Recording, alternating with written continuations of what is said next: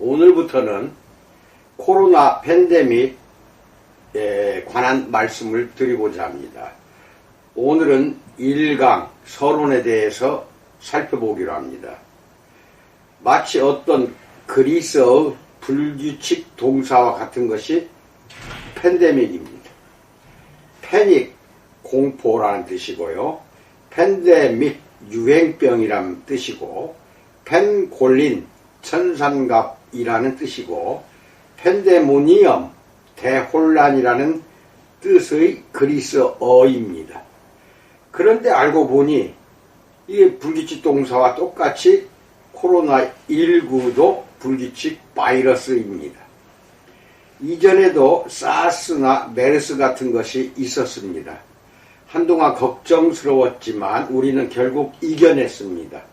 수백만 명이 사망할 것이라는 우울한 전망은 그 당시에 과장에 불과했던 것입니다. 그런데 이번에도 같지 않을까요?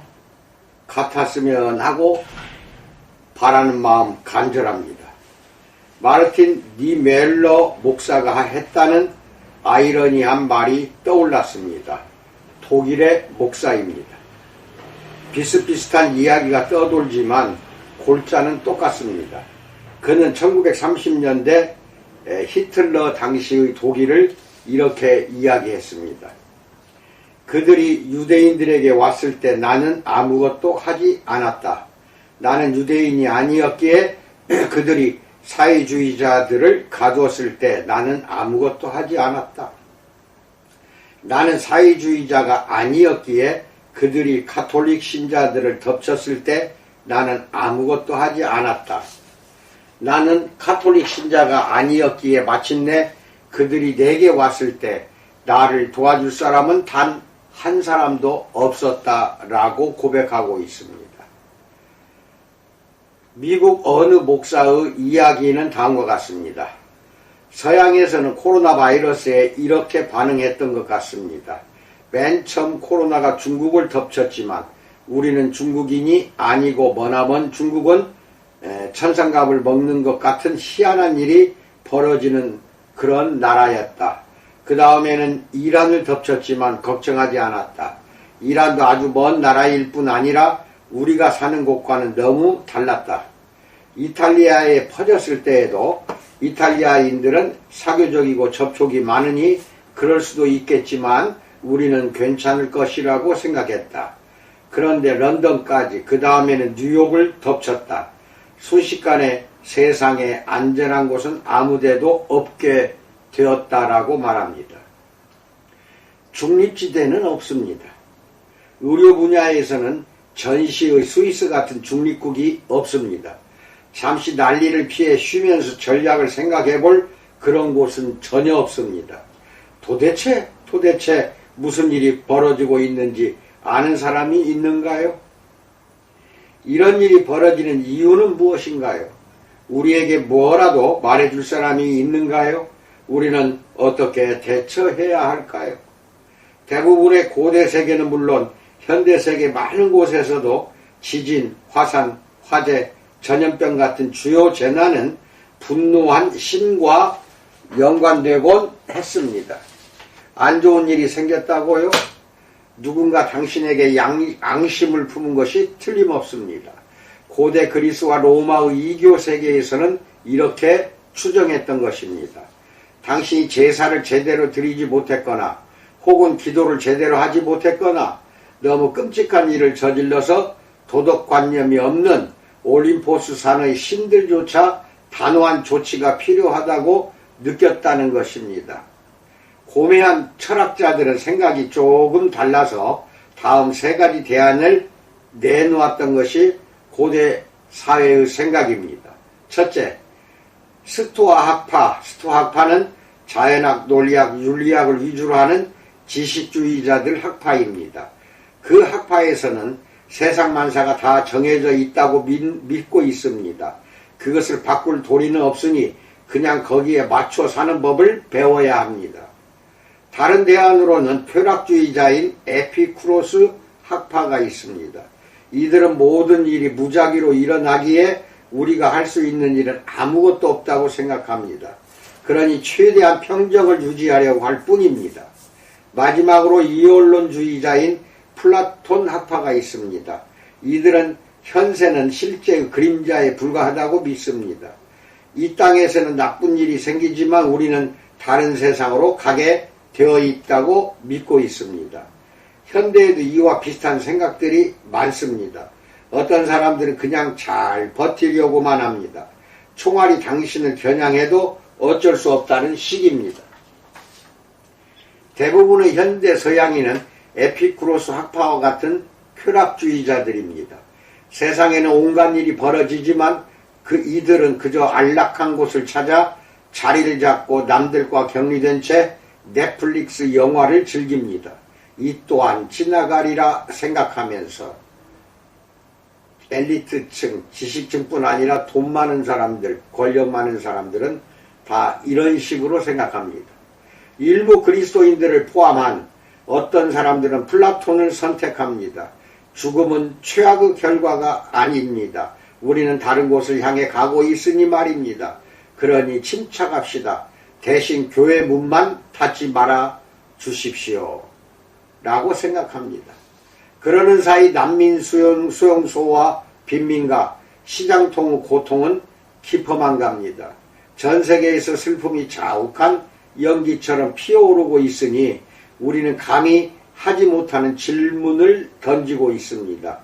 도대체 왜? So why? 도대체 왜 그럴까? 사실 내가 지난 두어 주 사이에 들은 최고의 대답은 왜라는 질문에 대한 답이 아니라 무엇이라는 질문에 대한 답이었습니다. 우리는 무엇을 할 수 있는가요?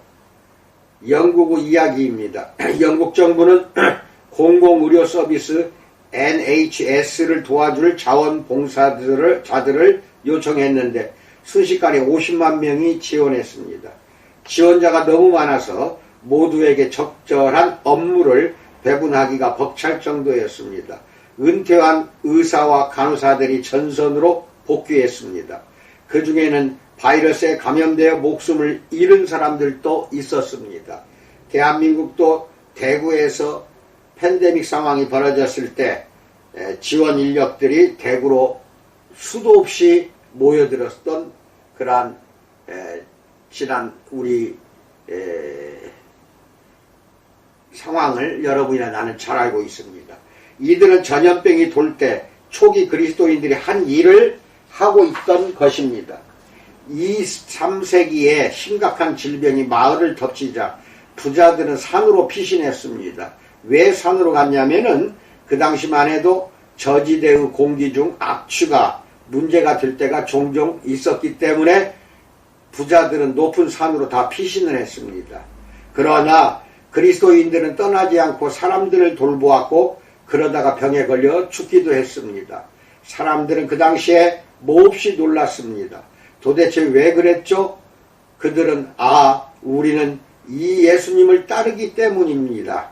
그분이 우리를 구하려고 자기 목숨을 내어놓으셨기에 우리도 그렇게 합니다. 라고들 대답했습니다. 그 전까지는 아무도 그렇게 할 엄두를 내지 못했습니다. 그래서 당연히 복음이 퍼져나갔던 것입니다. 로마가 그리스도인들을 없애려고 온갖 애를 써도 소용이 없었던 것입니다. 그러나 지금 21세기 한국의 크리스찬들은 어떤가요? 오히려 돌봄은 부족하고 전혀 없는 건 아니겠죠. 코로나에 걸린 환자들을 돌보는 거 부족합니다.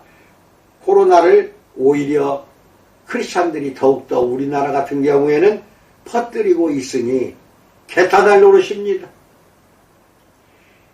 과거 로마에서는요, 크리스찬들이 소수였어요. 그 소수가 유행병에 걸린, 전염병에 걸린 환자들이 크리스찬이든 비신자든 가리지 않고 돌봐주었다니까요. 기독교 신자들만 그랬어요. 돈 많은 부유한 사람들 다 높은 산으로 도망갔는데 그 로마의 지배하에서 로마인들을 위해서 그 전염병에 걸린 사람들 신자 비신자 가리지 않고 돌보았던 것이 그 당시 소수의 크리스찬들이었습니다. 놀라운 일은 세상이 거기서 힌트를 얻었다는 것입니다. 역사학자 톰 홀랜드는 최신작 도미니언이라는 책에서 오늘날 우리가 당연하게 여기는 사회적 태도가 대부분 기독교에서 비롯되었다고 주장하고 있습니다. 고대 이교도들은, 즉 기독교가 아닌 다른 이교도들은 그렇게 하지 않았다는 것입니다. 의료는 돈이 들었습니다. 교육도 마찬가지였습니다. 가난한 사람은 게으르거나 불행해서 가난했습니다. 가난한 사람을 돌보는 것은 사회의 책임이 그 당시에는 아니었다는 겁니다. 그리스도인들은 동의하지 않았습니다. 이건 사회 책임이 아니라고 보았던 것입니다. 이들은 유대인에게서 물론 예수님을 통해 삶의 규율을 가져왔던 것입니다. 유대인들에게는 고유한 문서, 곧 그들의 경전이라는 성경이 있었는데 이 문서는 한 하나님이 계셔서 가난한 사람들, 병든 사람들, 소외된 사람들, 종들에게 특별히 관심이 있으시다는 믿음을 계속 이야기했습니다. 그 사상가들은 때로 스토아 학파나 플라톤 학파를 건드려 보기도 했습니다. 지금도 그렇지만 당시 이들에게 쾌락주의자인 그 에피쿠로스 학파는 입에 담을 수 없는 말이었기에 멀리했습니다. 하지만 그 공동체는 대체로 일종의 확대 가족 형태의 공동체 생활을 실천했던 것입니다. 예수님의 초기 제자들도 그러한 공동체 생활을 했지만 그 공동체는 점점점 더 커지고 다양한 신자 가족으로 확대되어 갔습니다. 이 긴 이야기를 간단히 말하자면 현대 세계는 의료, 교육, 모든 사람을 위한 사회복지 등 일부를 그 고대 그리스찬들에게서 빌려왔는데 때로 그것을 스스로 발견했다고 여기는 바람에 이제 종교적인 부분이 약해진 것일 뿐입니다. 현대 세계가 그렇습니다. 그러나 기독교에서 다 가져온 것이 교육, 의료 체계입니다. 사회 체계가 다 기독교에서 발전해서 지금 이렇게 민주주의 국가는 확대되어서 사회복지 부분으로 발전한 것입니다. 하버드의 심리학자 스티븐 핑거는 이 점을 열정적으로 주장한 바 있습니다. 그러면 우리는 어디에서 시작해야 할까요? 코로나 바이러스가 급속히 확산하면서 교회 내 많은 사람이 고대의 반응과 비슷한 기독교적 반응을 찾으려고 애썼습니다. 세상에는 음모 이론이 가득합니다. 어떤 미국인들은 모든 게 중국 탓이라고 생각하고 어떤 중국인들은 모든 게 미국 탓이라고 생각합니다. 그 밖에도 수많은 생각이 마치 바이러스처럼 쉽사리 어떤 면에서는 위험하게 이런 생각들이 퍼지고 있습니다. 서로 비난하기는 쉽습니다. 더군다나 항상 남 탓만 한다면 말입니다. 모든 문제를 저급하지만 강력한 오늘날의 문화전쟁 관점으로 보는데 익숙해진 사람들은 아무 소용없는 쉬운 답을 찾으려고 할 것입니다. 즉 다른 나라나 다른 나라 사람을 비난한다 이것입니다. 코로나19가 온 세계에서 불러온 위기는 미국 같은 경우 2005년 허리케인 카트리나가 아주 유명했습니다. 미국 뉴올리언스에 미친 그 영향과 맞먹는다는 것입니다. 그 끔찍한 결과는 정치 사회 구조가 이미 부패할 대로 부패했음을 보여주고 있습니다. 한국도 올해 태풍이 크게 두 가지가 몰아쳐가서 엄청난 홍수 피해를 당했습니다. 그런가 하면 기독교 음모 이론도 존재합니다. 어떤 사람들은 무엇이 문제이고 하나님이 이 사태를 통해 무엇을 말씀하시려는지 정확히 알고 있다고 믿고 있습니다. 이것을 종말의 징조라고 말하는 사람들이 많습니다. 지난 몇 세대 동안 미국과 한국에서 종말 산업이 횡행했습니다. 그 파생 상품은 다른 여러 나라에서도 인기를 끌었습니다. 몇 가지 미국의 예를 들면 헬린지의 대유성 지구의 종말과 팀 라헤이와 제리 젠킨스의 레프트 비하인드 시리즈가 있습니다. 이 책들은 성경 여기저기서 짜깁기한 내용을 근본주의자들의 신앙과 엮어서 공포영화 시나리오를 만들었던 것입니다. 그 내용은 기본적으로 플라톤주의로서 아마겟돈을 뒤로하고 이 세상을 떠나 천국에 가는 것이 목표입니다. 그리고 이제는 코로나 바이러스를 종말의 징조로 묘사하고 있는 것입니다. 다른 그리스도인들은 이것을 절호의 기회로 봅니다. 지금은 모든 사람이 어떤 간식을 살지 고민하기보다는 죽음에 대해 생각하니 수많은 사람이 하나님께 돌아올 것이다. 우리는 이때를 기회 삼아 친구들에게 예수님을 소개하고 그분을 통해 천국에 갈 방법을 알려줄 수 있다. 이번에는 우리 이야기를 들을지 모른다. 이렇게 크리스찬들은 생각하고 있는, 참으로 코로나19 팬데믹 상황 속에서도 아주 낙관적으로 전도가 잘 될 것으로 생각하고 있습니다. 한국의 경우는 집단적으로 이번에도 코로나 바이러스를 퍼뜨린 주된 동기는 광화문에 모였던 크리스찬들이었습니다. 그리고 극우를 지향하는 사람들이었습니다. 태극기 부대라고 하죠. 참으로 한탄스럽고 안타깝습니다. 이 바람에 전국적으로 기독교는 땅에 아직 떨어질 때까지 떨어져 버렸습니다. 기독교인들이 코로나 바이러스를 전국으로 퍼뜨렸다는 것입니다. 절호 기회가 아닙니다. 우리는 그 기회를 놓쳤다는 것입니다. 구약성경 예언자들을 인용하여 고대 이교도의 이론 같은 것을 만들어내는 사람들도 있습니다. 나쁜 일이 생기면 하나님이 만사를 주관하시니 그것은 틀림없이 하나님이 하신 일입니다 라고 믿어요. 따라서 하나님이 무슨 이유에서인지 우리에게 분노하셨다는 뜻이 틀림없다고 믿습니다. 예언자 아모스가 떠오릅니다. 그는 아모스서 3장 6절에서 어느 성읍에 재앙이 덮치면 그것은 주님께서 하시는 일이 아니겠느냐라고 아모스 선지자는 되물었습니다. 기근, 병충해, 전염병은 모두 하나님의 백성이 그들의 악한 길을 회개하도록 이끌기 위해 마련된 것이라고 아모스서 4장 6절로 11절에서 말하고 있습니다. 하지만 그것도 소용없었습니다. 그러니 이제는 더 심각한 상황이 닥칠 것입니다. 다른 많은 예언자도 동의했을 것입니다. 오늘날에도 자기가 싫어하는 사람들을 비방하려고 이런 시류에 편승하려는, 음모론에 편승하려는 사람들이 많습니다. 이게 다 우리가 못마땅해 하는 생활 방식으로 살아가는 다른 사람 잘못이라는 것입니다. 우리 잘못이 아니라는 것입니다. 우리의 출발점은 이제부터 구약 성경입니다. 거기서 확실히 실마리가 되는 본문을 찾을 수 있습니다. 물론 그러려면 해석이라는 큰 문제가 뒤따르긴 합니다. 우리는 훌륭하지만 무시무시한 사람들이 주전 8세기에서 말한 내용을 혼란스럽고 공포에 질린 추후 21세기 세상에 바로 가져다가 쓸 수 있을까요?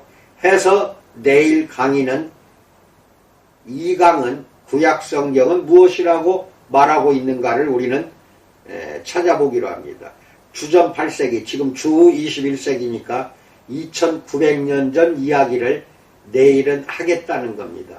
지금부터 2900년 전 선지자들이나 구약성경은 무엇을 말하고 있는가? 내일 강의는 그것을 위주로 여러분에게 선포하겠습니다. 잘 듣고 이 팬데믹 상황에서 우리가 이겨내는 바른 길을 성경에서 찾아봅시다. 그렇죠? 다 같이 아멘으로 화답하십시오. 이상입니다.